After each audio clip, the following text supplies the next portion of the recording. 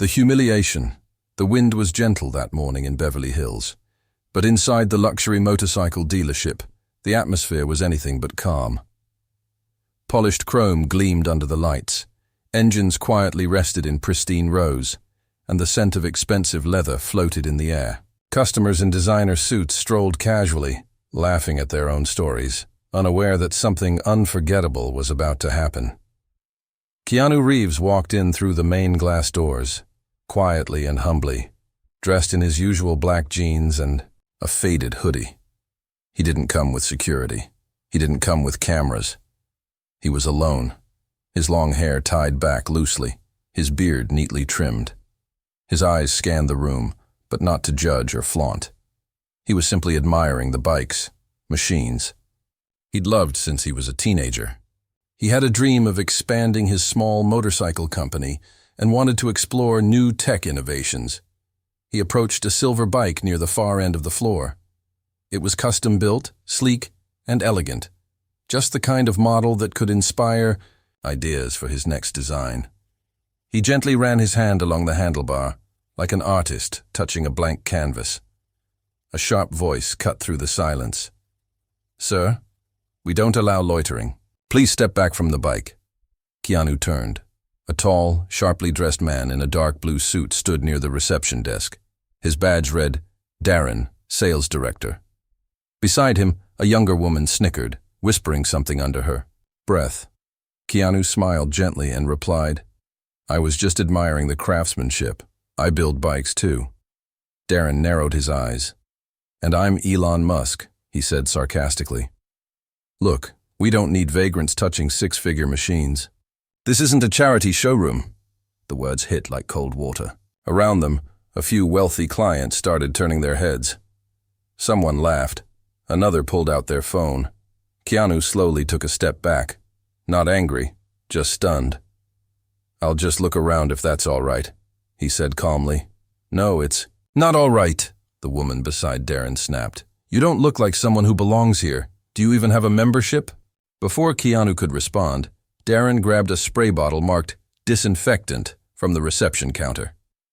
"You touched it," he said mockingly. "We have protocols." Then, without warning, Darren sprayed the bike and Keanu's hand. The cold mist hit his skin, dripping down his wrist. A loud gasp echoed from a teenage boy nearby who recognized the man being humiliated. "Mom," he whispered. "That's Keanu Reeves." His mother's eyes widened. She looked at Keanu again, really looked. The humble posture, the tired but kind eyes. The resemblance was undeniable. Darren chuckled, clearly thinking he'd made a point. "There, sanitized. Happy now?" Keanu stayed still, his jaw tight, but he didn't raise his voice. He didn't curse. Instead, he nodded slowly. "Thank you," he said, and walked toward the exit. Outside, he stood beneath a tree, shaking his head. Not because of the insult, but because he remembered a time he had once cleaned toilets for a living. How easily people forgot kindness. How easily wealth made some believe they were untouchable. The teenage boy ran after him. "Mr. Reeves, I'm sorry they did that to you." Keanu turned. "Thank you, kid. You're brave to come out here." "You're a legend," the boy said. "They don't know who you are." Keanu smiled. "That's okay. Maybe they will soon." What no one inside knew was that the dealership's co-founder, an elderly man in a wheelchair, had seen the entire scene from a private glass office above. He had recognized Keanu from the moment he walked in, and now his trembling hands picked up the phone. "Get me the board," he said firmly. "Something's about to change. Because sometimes, the moment you're treated like nothing is the same moment the world begins to shift," and Keanu Reeves had just walked away. But not for long. The quiet before the storm. The next morning, the sun rose calmly over Los Angeles, but inside that luxury dealership, a storm was already brewing. Darren strutted around the showroom like nothing had happened. He laughed with the same clients, polished the same handlebars, and bragged about an imaginary celebrity buyer who was considering investing. He had no idea that the video had already gone viral. Yes, someone had caught the entire moment. Keanu Reeves getting sprayed with disinfectant by the sales director of one of the most prestigious motorcycle dealerships in California. The footage was posted by the teenager who ran after Keanu with the caption, "They sprayed Keanu Reeves like dirt, and he still said thank you." By the time the dealership opened for business that morning, the video had over 6 million views. But Darren hadn't seen it yet, nor had the staff. They were too busy preparing for a private investor meeting scheduled that afternoon. A few secret emails had gone out late the previous night. Only upper-level executives knew what was coming. Meanwhile, Keanu sat quietly in a small office at his modest motorcycle company across town. He was sipping black coffee and reading through an article his assistant handed him. "It's everywhere now," she said softly. "Some people are furious at how you were treated." Keanu nodded, then looked up. "I don't want them fired, but I want something better to come out of it."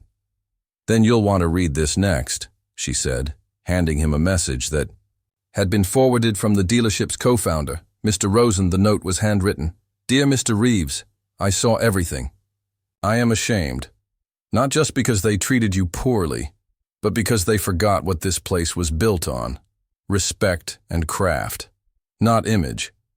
I would be honored if you would return this afternoon, not as a customer, as a partner.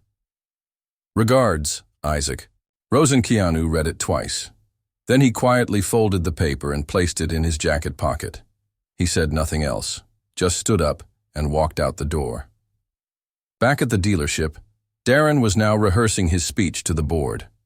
He had no idea what kind of meeting this was really going to be. He assumed it was about expansion, or maybe a new celebrity endorsement. He had even worn his best tie. The showroom floor had been cleared. A long, polished table had been set up, near the back, with 10 chairs facing inward. Executives trickled in, whispering to each other, glancing at their phones. Mr. Rosen entered last, wheeled in by his personal assistant. Though his body was frail, his voice was still sharp. "Let's begin," he said. "I'll take it from here, sir," Darren interrupted with a fake grin. "I've prepared a short summary on revenue and some investor proposals. We had a minor incident yesterday, but I believe that's behind us." Mr. Rosen raised a hand. "That incident," he said, "is the reason we're here." Before Darren could respond, the glass doors opened and Keanu Reeves walked in. The room went completely silent. Keanu didn't say a word. He simply walked to the head of the table and placed Mr. Rosen's handwritten letter in front of him. A few board members gasped. "He's the one?" whispered one of the executives. "You sprayed Keanu Reeves?" Darren's face turned pale. Keanu looked directly at him. "You don't know me," he said softly. "That's fine. But you judged me without a second thought. Not for what I said, not for what I did, just for what I looked like." "I didn't," Darren stammered. "You did," said Mr. Rosen, his voice now heavy with disappointment. "And you humiliated the one man in this industry who builds bikes not to sell, but to inspire." Keanu slowly turned to the room. "I don't want revenge," he said. "I'm not here for payback. I'm here to offer something better." He pulled out a rolled blueprint from his jacket. He spread it across the table. It was a design, bold, elegant, and unlike anything they'd seen. "I've been working on a project that merges classic beauty with modern tech. Lightweight carbon frame, battery assist, modular controls. I wanted a partner who could help build it, but I needed to know if your values matched mine." He paused. "Yesterday I thought they didn't. But this man," he nodded at Mr. Rosen, "reminded me that places can change, people can learn." Darren's mouth was open, speechless. Mr. Rosen looked at the rest of the board. "I propose a joint venture between Reeves Motor Works and our dealership. Full investment, shared vision, and Keanu has full creative control." The vote was unanimous. Darren was asked to step outside. As he walked out of the glass room, he looked around, seeing every employee now staring at him, not with respect, but with disappointment. Outside, the teenager who had posted the video stood near the front, holding his phone. Keanu saw him. "Hey," he said, smiling. "You changed more than you know." "Did they say yes?" the boy asked. Keanu nodded. "Then I'll keep the video up." The boy grinned. Keanu laughed. "Do that, but add one line." "What?" "Line? Say, sometimes kindness walks in quietly until it builds an empire." Building the empire, 2 weeks had passed since the world watched a quiet man walk away from humiliation and return with dignity, vision, and grace.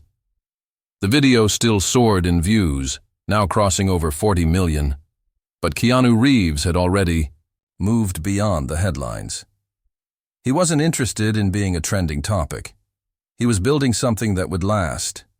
At the back of the dealership, once a space used for storage, construction sounds echoed.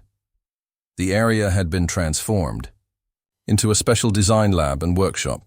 Sleek tables, digital sketch pads, tool stations, and reinforced flooring now filled the space. Above the new entrance, a black and silver plaque had been installed. It read simply, "The Reeves Room, where passion meets purpose." Keanu didn't make speeches. He didn't attend press conferences, but he was there every morning by 7 a.m., wearing a plain black shirt, rolling up his sleeves, and working beside engineers and builders. He asked questions. He listened. He sanded down frames. He welded, painted, and even brought coffee for the team. The same staff who had once whispered about him now looked at him with deep respect, except Darren. He hadn't returned since that board meeting. Officially, he was on leave, but the truth was, his pride had taken a bigger hit than anyone expected. He had been offered a chance to stay, with a lower title and a warning, but he refused. He told his friends, "I won't work under someone who dresses like a janitor." But to Keanu, clothes had never mattered. The work did. One morning, while testing a new suspension system on the prototype bike, Keanu was joined by Mr. Rosen. "How's it riding?" the old man asked, rolling up beside him in his wheelchair. "Smooth," Keanu said, wiping sweat from his forehead. "But I want it to feel like flight, not just movement." Mr. Rosen smiled. "You're chasing feeling, not fame. I like that." Keanu nodded. "That's the only thing that stays." Rosen looked at the test bike. Its frame was light yet durable. The design resembled a blend of classic European curves with futuristic control systems. It was elegant but unpretentious, just like the man behind it. "We should name it," Mr. Rosen said. Keanu turned to him, thoughtful. "I was thinking Phoenix." "Why Phoenix?" "Because it rises from the ashes," Keanu said quietly. "Like everything we're doing here." Meanwhile, social media buzzed with theories. Fans speculated that Keanu was launching a new brand. Tech blogs posted blurred photos of the prototype. Celebrities sent support messages. Some even offered to pre-order the bike before it was revealed. But Keanu ignored it all. He wasn't building for hype. He was building for heart. One day, the teenager who posted the original video arrived at the dealership. This time, he had someone with him. His father, a war veteran in a wheelchair. Keanu spotted them at the front and walked over. "Hey, you're back." He smiled at the boy. "This is my dad," the boy said proudly. "He used to ride bikes before he got injured." Keanu shook the man's hand gently. "I heard about your story." "You're a hero," he said. The father smiled. "My son kept telling me about you. He said you were the real hero that day." "I just didn't want to be cruel," Keanu replied humbly. The boy suddenly said, "My dad always wanted to ride again, but no one makes bikes for people like him."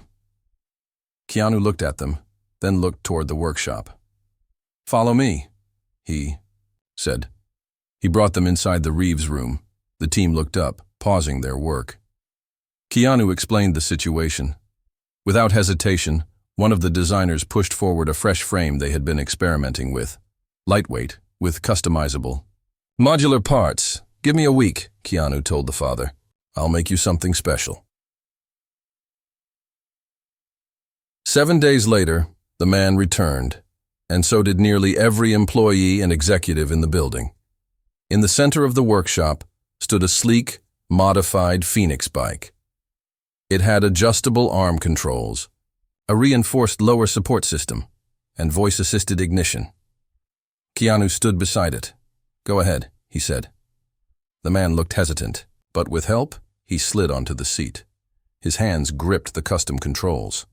Keanu nodded at the mechanic nearby, who pressed a button. The bike purred to life, smooth, strong, ready. The man's eyes filled with tears. "Try it," Keanu said, softly. He rolled forward, slowly at first, then with more confidence. The entire room burst into applause. But it wasn't the sound that mattered. It was the look in the man's eyes.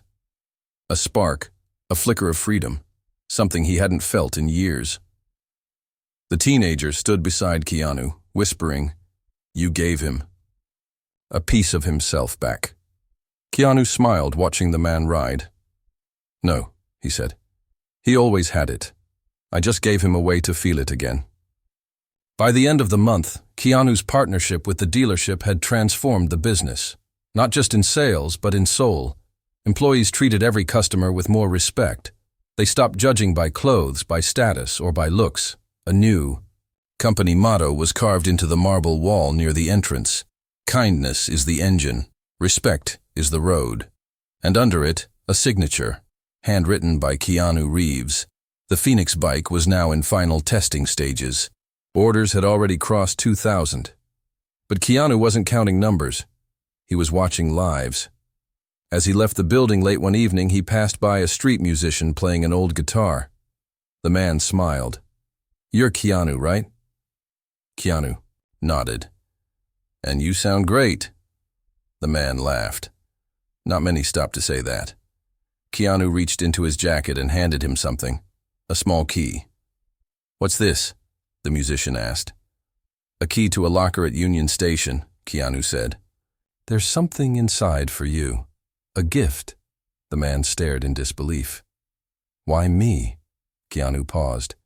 "Because someone gave me a chance when I was invisible too." That night, under the stars, Keanu sat on a hill above the city, watching. The quiet roads stretch across the land. He wasn't just building bikes. He was building something deeper, something that would outlive metal and rubber. The test ride, the day of the first public test ride, arrived with little warning. It wasn't planned by a marketing team. It wasn't promoted by flashy billboards.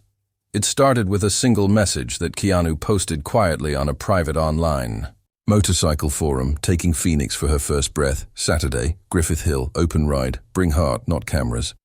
Those few words spread faster than wildfire. On Saturday morning, just as the sun cracked over the Los Angeles skyline, nearly 200 bikers gathered along the winding road that led up to Griffith Hill. Some rode in on vintage cruisers. Others came on modified street racers. But they all came for the same reason, to witness something rare. A man testing a dream. Keanu Reeves arrived just after 8 a.m., riding Phoenix. The custom prototype gleamed like polished armor. It wasn't just a machine. It looked like a story in motion. Curved lines, smart sensors, a silent purr of hybrid energy beneath its frame. It wasn't loud. It didn't need to be. The crowd went quiet when he took off his helmet. One biker whispered, "That's really him." Another said, "He built that thing with his own hands." Keanu looked around at the mix of strangers. "This isn't a race," he said. "This is a moment. Ride with care. Ride with heart." He hit the ignition. Phoenix came alive with a hum like wind brushing steel, and then they rode. The ride up the hill was peaceful at first. Winding curves, fresh morning air, tires kissing the asphalt. Keanu rode at the front, not fast, not slow, just steady. Others followed, watching how Phoenix moved. The bike leaned into turns with precision. It responded like it was part of his body, not just beneath him. As they neared the summit, an unexpected moment unfolded. A sharp cry broke the calm. A young girl, no older than 7, had wandered from a nearby park trail and stumbled onto the road. Her tiny feet froze in place, eyes wide, caught between moving bikes. Keanu saw her first. Without thinking, he swerved Phoenix sideways, using the body of the bike as a barrier. Tires screeched. The line of bikers behind him slowed instantly. Keanu laid the bike down carefully, rolling across the pavement and shielding the child as the bike slid safely to a stop. Everyone froze. The girl was unharmed, just scared. Keanu knelt beside her, brushing leaves from her hair. "You're safe," he whispered. "You're okay." A woman came running up the trail, her mother. She scooped the girl up, crying and thanking Keanu again and again. Someone from the ride helped Keanu to his feet. He dusted off his jeans. His arm was scraped. His elbow was bleeding. But Phoenix had protected the girl like it was built to. That bike, "It listened to you," one of the riders said, staring in disbelief. Keanu simply nodded. Because it was made with care, not ego. Word of the event traveled quickly, especially after a biker uploaded a short clip. It showed Keanu's silent slide across the asphalt and the girl running back into her mother's arms. The title read, "Keanu Reeves saves a child mid-ride with custom bike. True hero." The video went viral. Again. But Keanu didn't celebrate. He stayed late into the night, repairing Phoenix's scratched paint and checking her systems. His mechanic, Ellie, walked in with a small bandage kit. "You're bleeding more than the bike," she said with a half-smile. Keanu chuckled. "She saved someone. It was worth it." Ellie looked at the scraped frame. "She's still beautiful." "Scars tell the truth," Keanu replied. The next day, Mr. Rosen called an emergency board meeting. "I want Phoenix in production," he announced. "But she's not mass-tested," one executive protested. "She's tested in spirit," Mr. Rosen snapped.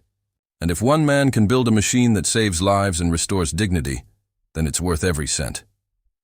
Keanu was silent at first. "I'm not building bikes for shelves," he finally said. "I'm building them for the streets, for real people. I want a percentage of every sale to fund mobility programs, for veterans, for kids, for those who can't afford freedom." The boardroom fell quiet. Rosen smiled. "Make it official." They shook hands. Phoenix would fly.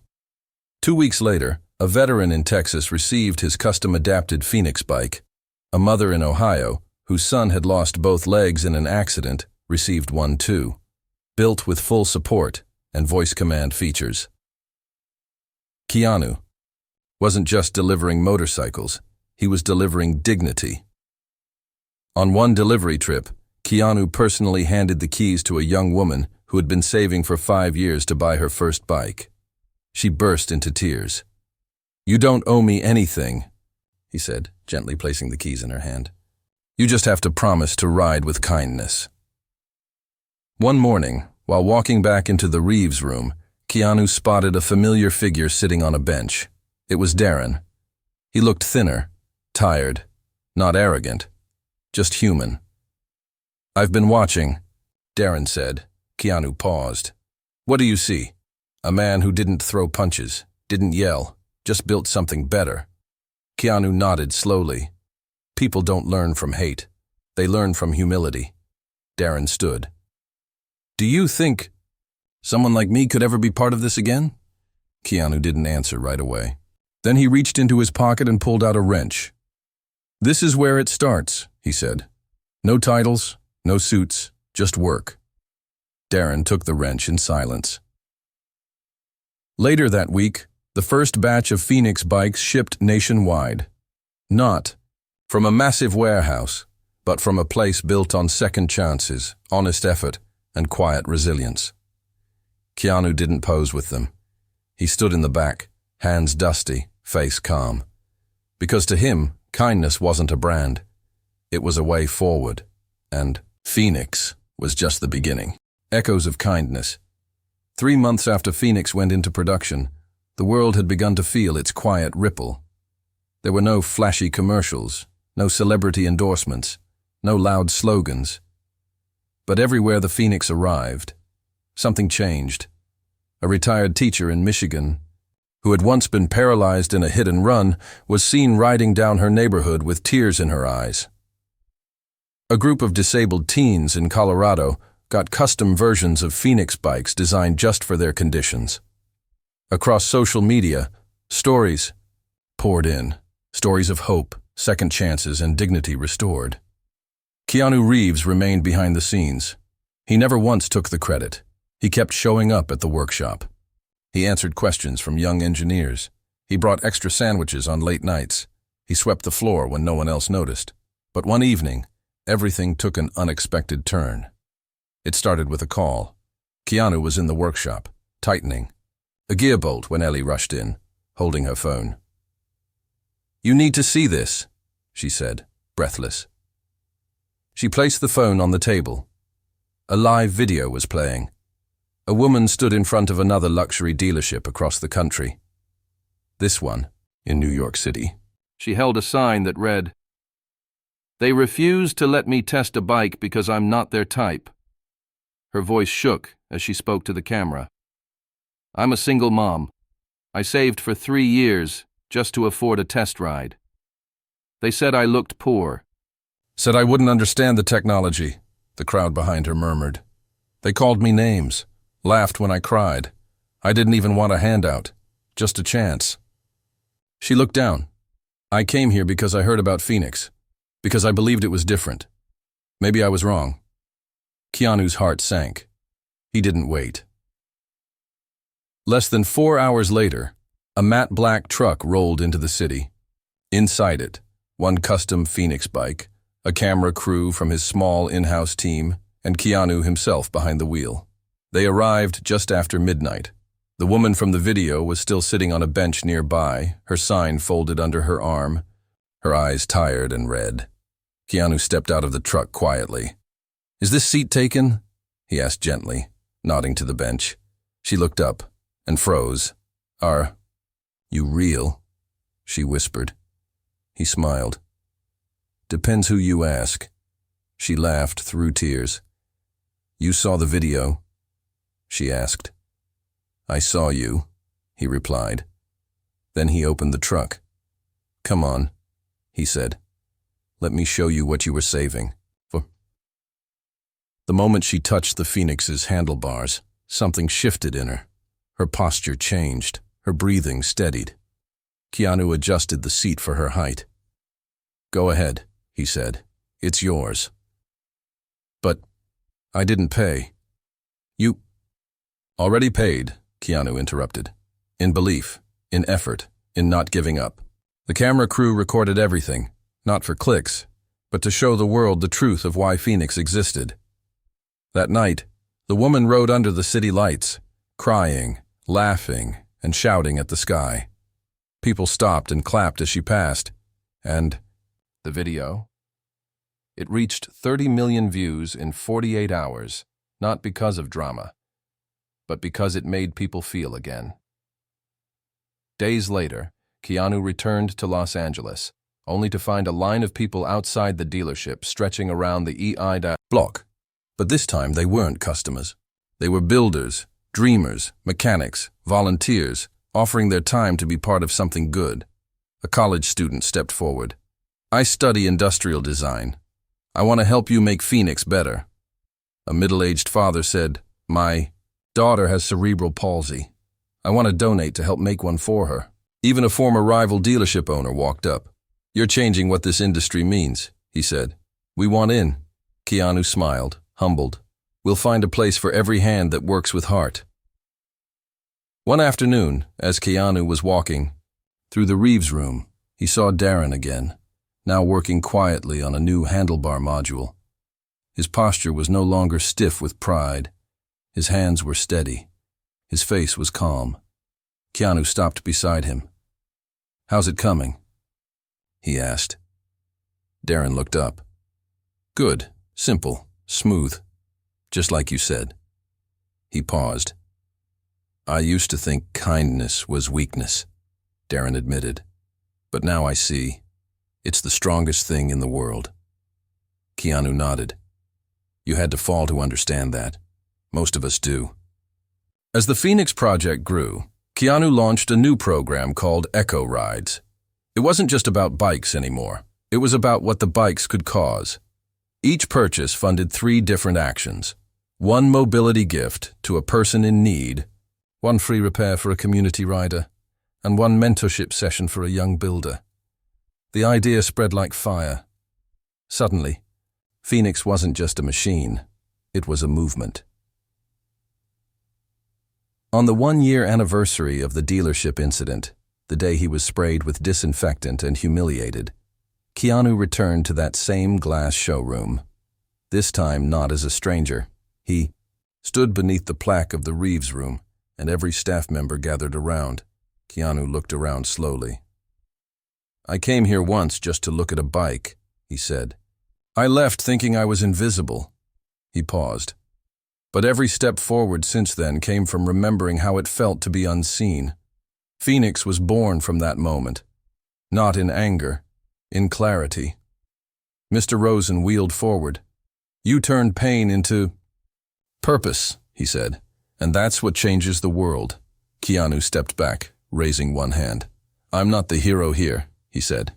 "You all are. Every single one of you who chose kindness when no one was watching." The staff clapped, many with tears in their eyes. Somewhere in the back, a janitor whispered, "I've worked here 10 years. No one ever said that before." Later that night, as the city lights flickered across the skyline, Keanu sat alone in the workshop beside Phoenix. He reached out and ran a hand across the frame. "You were never just metal," he whispered. "You were a chance, a second start, for all of us." And somewhere deep inside that room between steel and silence, a new idea began to form, an even bigger one. But that was for tomorrow. The final spark months passed. What began as a single act of cruelty, the spray of disinfectant in a quiet showroom, had now sparked a global movement. Phoenix bikes were rolling across cities and towns in over 40 countries. Every model carried not just speed and elegance, but a legacy of kindness. From veterans in Australia to teenage amputees in Kenya, riders felt something they hadn't felt in a long time: freedom. But Keanu Reeves wasn't done. He had a new vision.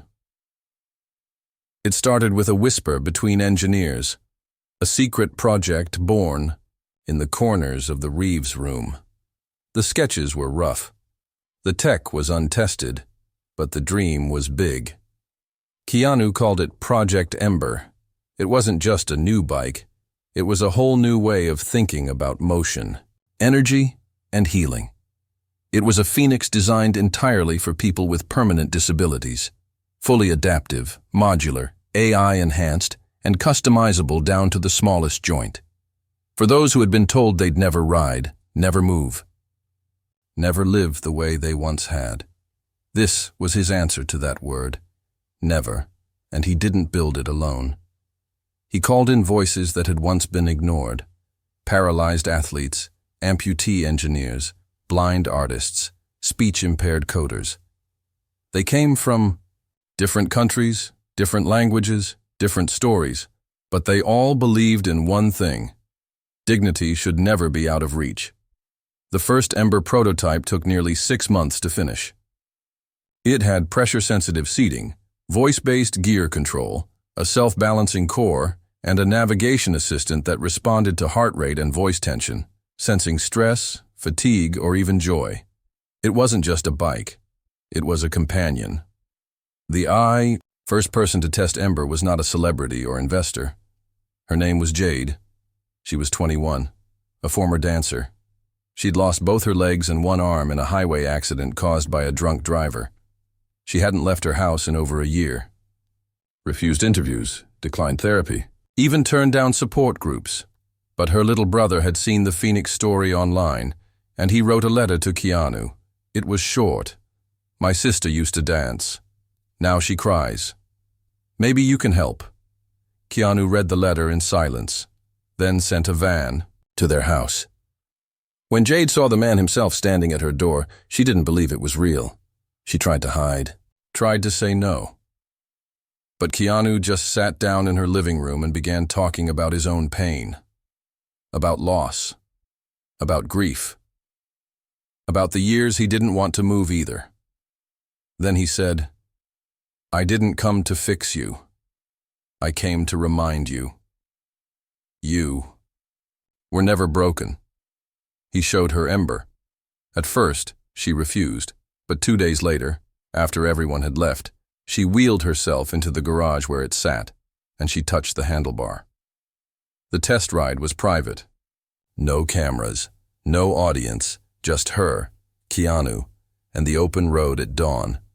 She moved slowly at first, then faster, then she began to laugh, loud, full, alive, and Keanu smiled the whole time, because this was why he built it. 3 weeks later, Jade appeared, on a live global broadcast alongside Keanu, not to advertise, but to speak. "I used to think I lost everything," she said into the microphone, "but Ember gave me back my why. Not because of its technology, but because it was made by someone who still believes in us." She turned to Keanu, her voice trembling. "You didn't just build a machine. You built hope. For people like me." Keanu looked at her, then into the camera. "We all carry ashes," he said. "But if we believe in kindness, those ashes can still spark something beautiful." The speech was replayed on every major news network, not because it was famous, but because it was true. Governments contacted Keanu's team, asking how they could bring Phoenix and Ember to their countries. Disability rights groups partnered to expand training centers, and in schools across the world, kids began to write essays about how kindness builds better futures than ego ever could. On the 1-year anniversary of the Phoenix ride, a massive gathering was held, not a concert, not a red carpet, a ride of silence. Over 10,000 people rode Phoenix and Ember models through streets across 80 cities. No music, no engines roaring, just the wind, just peace, just motion. Riders wore simple white shirts with one line printed across the front, "Built by Heart." Keanu rode in the middle of the group. No cameras followed him, no bodyguards surrounded him.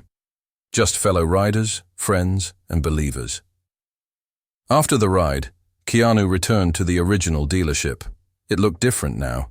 The walls were filled with letters from people all over the world, photos of veterans riding again, of children smiling beside their bikes, of mothers hugging sons who thought they'd never stand again. A janitor greeted him at the door. "Thank you," he said simply, "for showing us who we are." Keanu nodded and walked in. Mr. Rosen, now older and moving slower, waited near the Reeves room. "So," he said, "what's next?" Keanu smiled. "Next, we teach others how to build their own Phoenix." And just like that, Keanu began the next chapter. Not as a movie star, not as a brand, but as a teacher, a builder, a man who reminded the world that true greatness isn't loud. It's kind, it's quiet, and it lifts others up without asking for a thing in return. Because in the end, the strongest engine we'll ever know is the human heart.